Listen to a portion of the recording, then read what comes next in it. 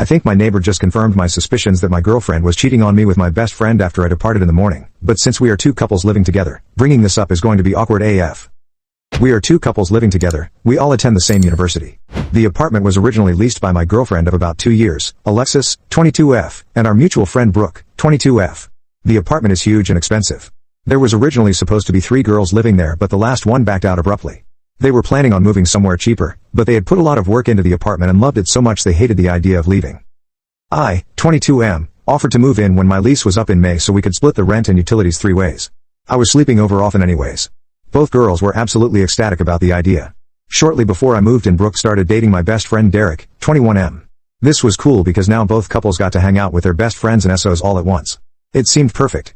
Derek began sleeping over a lot, and when his parents sold their house and left in October, he temporarily moved in. We haven't really pushed for him to find a new place because splitting everything 4 ways is helping all of us so much. But again, only Alexis and Brooke are on the lease. The apartment owner surprisingly does not mind as long as rent gets paid, because we are always quiet. There are 3 incidents that made me think something was up. If it weren't for these combined incidents, I would never make an accusation like this because Alexis is such a sweet and shy girl and Derek has been a brother to me. They don't seem flirty, but as I mentioned before, all 4 of us are very close friends, so we spend a lot of time together. Incident 1. Brooke and I have early classes, so we're gone by 8 a.m. Derek and Alexis start in the afternoon, so it's not unusual for them to leave together, though they usually take separate cars. One of these days, I decided to wait for Alexis outside of her class so I could surprise her with lunch. I watched everyone shuffle out of the class, but Alexis wasn't with them.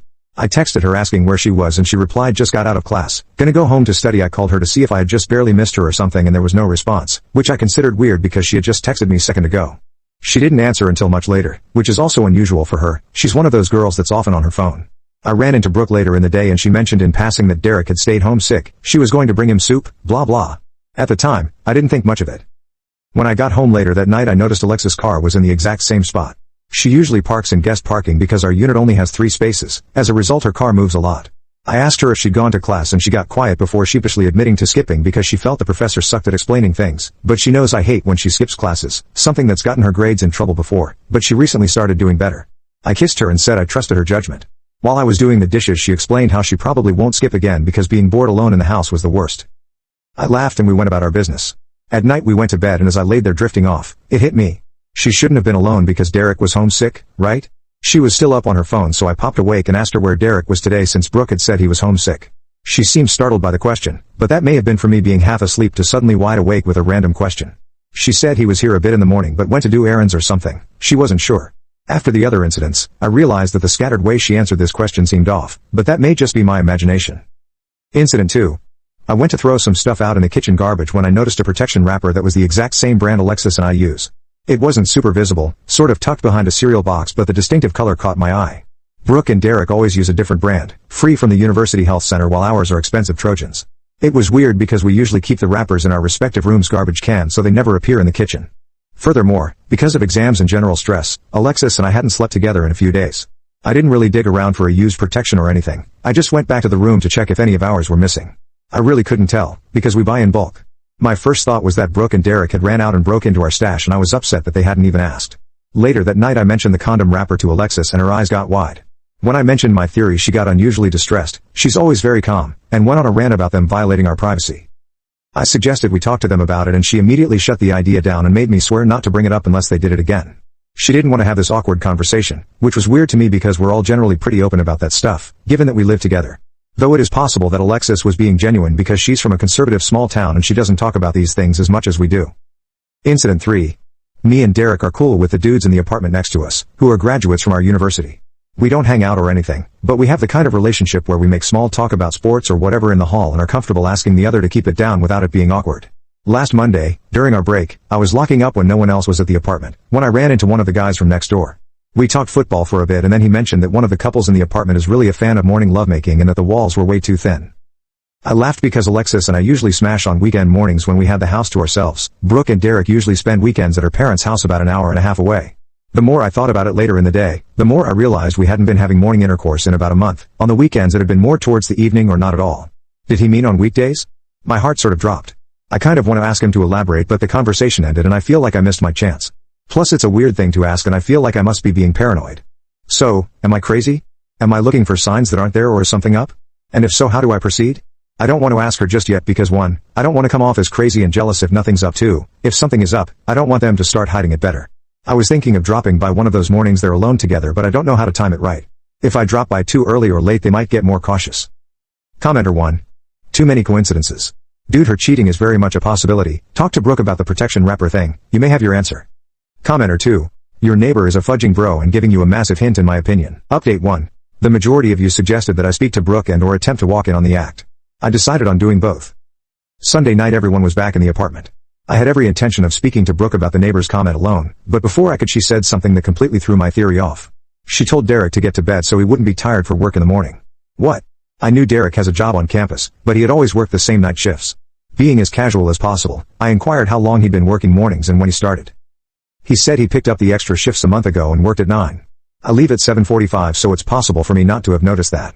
I spent the rest of the night trying to figure out whether he was lying about that, whether still he had some mornings here at home, whether Alexis could be seeing someone other than Derek in the mornings, like some of you suggested, or, again, if I was just a paranoid loser. I went to bed feeling emotionally drained and confused. The next morning I left for classes as usual and operated on autopilot. I alternated between thinking I'd run home to check on Alexis and thinking I had way too much work to run around based on a theory that I wasn't even sure about anymore. In the end, I walked out of my first class and straight to my car to go home. In a weird way, I sort of wish I hadn't. When I got to the apartment, Derek's car wasn't there, just Alexis. I walked to the apartment with my heart pounding all sorts of crazy. I don't know what I was expecting. Outside the apartment door I could immediately hear a guy's voice inside. I heard him talking and laughing and a soft feminine mumble replying and giggling back. I've been on this sub long enough to see all the different reactions people have to this situation. I never once contemplated what I'd do. I pressed my ear to the door and see if I could make out what they were saying, but I could only make out a word here and there. There was a lot of giggling. Then, I heard the sound of Alexis being tickled and shrieking. Maybe I should have waited more. In retrospect I wish I did, but I couldn't take it. As soon as I started fiddling with my keys, it was dead silence in there. Hey guys, just in case TikTok gets banned in the US next month, make sure you're following the YouTube channel link in bio. She was fudging Mark. I never mentioned Mark in the previous post, but he's one of the guys in the apartment next to us, not the one that tipped me off. He's the only one I never liked. No a tall douchebag attitude. Always made inappropriate comments towards both girls. Never thought anything of it.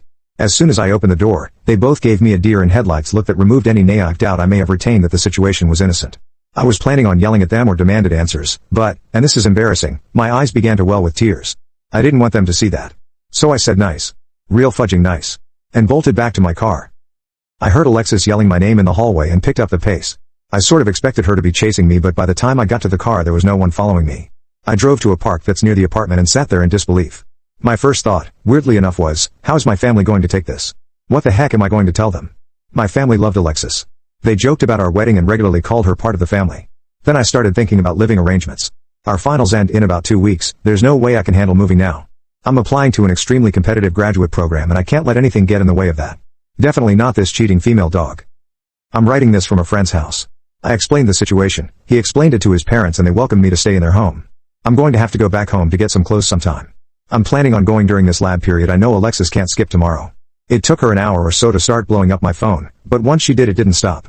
She started off asking me to come home so she could explain. Before I even had the chance to respond she sent another one begging me to come back because she was having an anxiety attack, something I always help her through.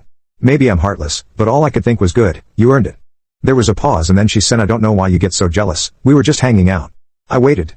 She sent look, I know it looks super sketchy, believe me if I were you I'd think the same thing, but we didn't do anything. He needed advice on his girl problems. You have to believe me. No I don't. Normally I would have gotten a weird sense of satisfaction watching a cheater scramble to cover themselves, but my stupid brain just kept replaying all these great times we had together and wondering if she was cheating then too. I want to know when this started, but at the same time I'm worried it's been going on for longer than the month I've suspected something. I received a text later that night from a number I didn't recognize. It was the nice dude from next door. He said, paraphrasing because it was a long text, that he got my number from Derek. He was extremely sorry for what I was going through and that he would have told me sooner, but he wasn't completely sure. He said he knew his friend was seeing a girl with a boyfriend, but didn't put it together until he learned the girl's name. As many of you suspected, the comment was him trying to tip me off. So yeah, I guess he's bro of the year. I don't think Derek and Brooke know yet. I haven't texted them. I haven't found the words. I know it's going to turn our living arrangement and friendships upside down. I guess I should message them before Alexis paints a different picture. I wonder what the cool neighbor said when he asked for my number. I don't think he told them, but would have said something. Right? Unless they took her side. Then I've lost my girlfriend and friends. Any advice on coping with something like this, especially from those who have been there before, please let me know. I don't have many friends to reach out to besides the guy I'm staying with. Alexis, Brooke and Derek were basically my family. Alexis and I had talked about spending our lives together. I have never been serious about a girl the way I was with her. Commenter. Man, that is. That sucks. Talk to Derek right away. He is close to the situation and might provide some insight and might be able to help. Brooke is a tougher sell though, because of how close she is to Alexis. Buy the guy across the hall a pack of beer. And don't drop the ball on finals or graduate school. You will be in a better place next semester once you continue kicking butt at school. Commenter 2. Hold out with the silent treatment. It's clearly killing her, and she needs a little of that, figuratively speaking. Just keep doing what you're doing, dealing with the arrangements, where to sleep, what to get, getting through exams, staying on course, and keep that cold silence. You're doing fine. Update 2. You wonderful people. Between the comments to both posts and my inbox I have an immense collection of personalized pep talks, which I am referring to whenever I feel down, admittedly, a lot these days. I got advice/stories from all sorts of people, married, single, old, young. Wow. I never thought the internet would bring me this level of support. I just want you guys to know that by just typing up some comments you have made a very real difference in someone's life. Gotta say it feels a little strange receiving 6 Reddit gold and making it to r/best of just for sharing the worst day of my life. Ha. This experience has soured my view of Alexis. Not women in general. I got some messages saying I write too well and this is obviously made up. I have 2 words for you, I wish. A clarification on the last update. I wasn't clear about what I see when I walked in. They weren't literally smashing, they were just sitting on the couch with a deer in headlights look that was incredibly incriminating and they both went quiet. It was just obviously not a hey, guess who dropped by situation. Anyways, on to the update. I've been extremely busy with the semester ending and I took the majority's advice to bury my head in work. I've spent a lot of time at the library because Alexis never goes there. In the process of posting the last update I realized how dumb it was that I hadn't contacted Derek and Brooke with my side. I screenshotted the text from the cool neighbor, Will. Side note, all names have been changed except Mark because fudge you Mark. Within the minute Derek was blowing up my phone with calls and texts that made it very apparent he didn't know anything. At the same time Alexis was sending texts begging me to meet up with her. I was feeling miserable and sent back a single text to Derek saying I wasn't feeling up to talking, then put my phone away for the night. In the morning I got a text saying to meet him at my favorite restaurant for dinner and drinks on him, assuring me that no one would be there, not even Brooke. I haven't had any appetite since everything went down, but the offer meant a lot and I really did want to see him, so I decided to go after classes. I got to the restaurant first and I had my heart in my throat worrying that Alexis would somehow be there, but she wasn't. Derek came up to me and gave me a big hug and opened with, dude, what the fudge? So here's where it gets a bit crazy and dramatic. A lot of you suggested that Brooke might side with Alexis or had been covering up for her the whole time. I wasn't so sure, because while she is closer to Alexis, her and I have been friends for a bit longer. According to Derek, as soon as he told Brooke she was absolutely furious. In his words, I sort of wanted to tell Alexis out but Brooke took care of that. And then some. Remember how I said Alexis came from a conservative small town? Her parents had no idea that we were living together and she constantly stressed that they couldn't know or they'd cut her off financially. They liked me enough to be polite, but they were constantly worried a relationship would distract her from school and didn't want her getting pregnant or whatever. Derek said that Brooke demanded Alexis pack her things and find a new place or she'd call up her parents and tell them everything. Derek told me that later that night Alexis was sitting in the living room hugging a sweater I'd left behind and wailing at the top of her lungs that her life was over when Brooke yelled from her bedroom, well, maybe you shouldn't have smashed Mark then. Imagining that moment was kind of funny. Brooke's always been a very no-nonsense girl with a hot temper, but I definitely didn't expect this. It was extremely touching that she took the cheating that seriously. During that dinner all my fears that I'd lost my friends were completely washed away and I was able to choke down a few pieces of sushi. When we left dinner, Derek promised to let me know when Alexis was gone so I could move back in. I declined his offer, because 1, even if she does move out, everything in that apartment reminds me of her, including Derek and Brooke. 2, Alexis and Mark probably smashed in my room, so I really don't want to sleep in it. 3, in the current emotional state I'm in I don't want to be third wheeling a happy couple, even though I'm sure they'd be considerate. He understood my points but said to let him know if I changed my mind, because Brooke and Alexis' friendship seems to be pretty over. This week has been pretty uneventful, but I keep having to dodge Alexis. Luckily, I'm in an undergraduate program that only has 60 students, so we have a lot of our classes together. I asked 2 friends to keep an eye out for her after giving them a spark notes of the story, and started showing up to class at the last minute. As far as I know, she only waited outside of one of my classes. I got a text saying female dog has been spotted in front of classroom. Waterworks in progress. Proceed with caution. I ended up skipping the class, because I didn't know if she was going to leave and I really didn't want to risk it. Later that night she sent me a really long Facebook message explaining everything from the beginning and it sort of made me sick to read. I contemplating not reading it, but once I opened it I just had to. She said that he'd been flirty with her in the halls. As I mentioned before, he would say inappropriate stuff to both girls, and she tried to be friendly back, but it must have come off as flirting because he kissed her mid-sentence one day. She said she felt guilty that she led him on and that guilt prevented her from shooting him down in future advances because she felt like it was her fault it happened and she has trouble saying no. She said they'd only slept together 3 times and she hated it. He had pushed her into it, not like that, but I never said yes either, and she was going to end it during the conversation I walked in on. She said she understood if I needed some time and some space but that she'd do absolutely anything to make it right and would spend the rest of her life making it up to me. Bye. Treating me like a king. I'd never have to cook, clean or do my laundry again. Give me full access to her phone and passwords. She even suggested we install Life 360, an app that allows you to track someone's location through their phone, so I would know where she is at all times.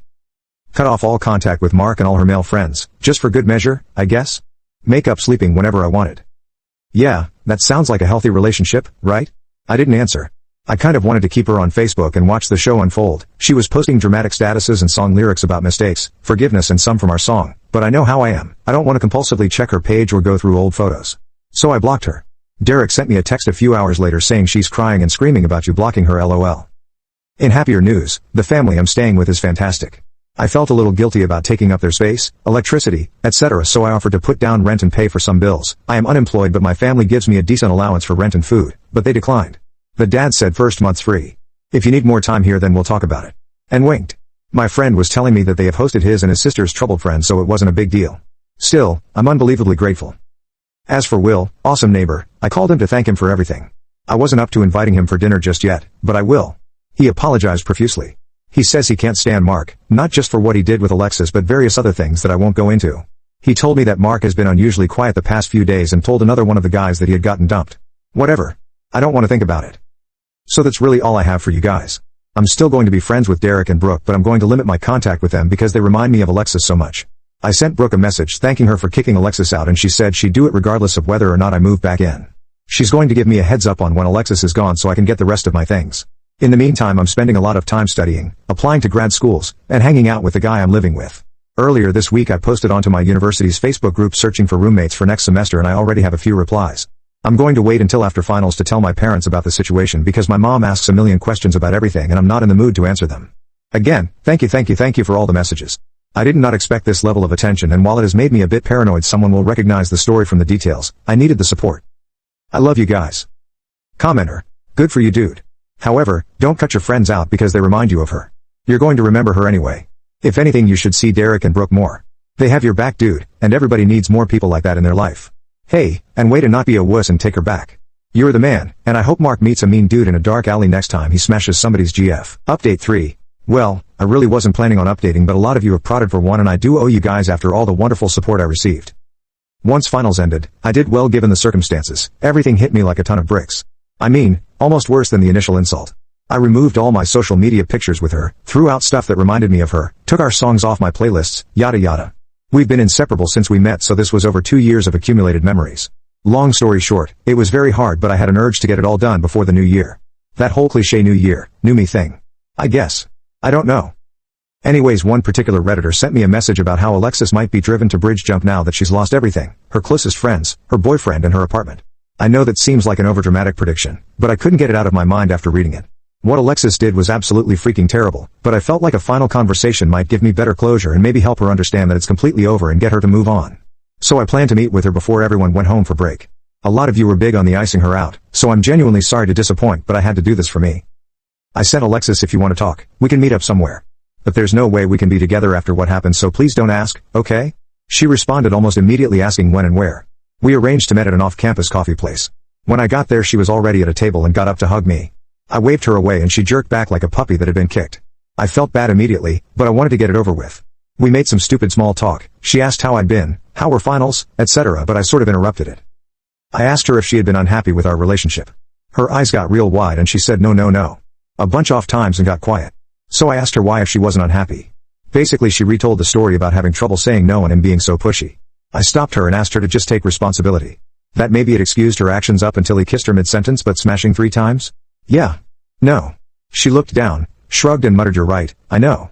At this point she started tearing up and said she was so sorry, that I'd never understand how sorry she was. Then she asked if there was any chance we could be together again, which I was kind of expecting even though I told her not to. I just shook my head. I told her she could still live with Derek and Brooke if she wanted to, but she declined and told me she already had plans to move in with another girlfriend of hers. From here on out the conversation went in circles with her trying to explain away her actions with her difficulty turning down guys due to her fear of being seen as a frigid batch and me trying to get her to admit that excuse was garbage. I don't know why, I just really needed her to stop using that crutch and admit she had ruined a perfectly good relationship with a very real future all on her own. But she just wouldn't. She was always stubborn. Finally, I let it go and we parted ways somewhat amicably. As I was leaving she grabbed my hand and parted her lips to say something but ended up shaking her head and letting go. The conversation made me feel worse than I had before at first, but ultimately it really made me see that she was never the kind of person I wanted to be with even without the cheating.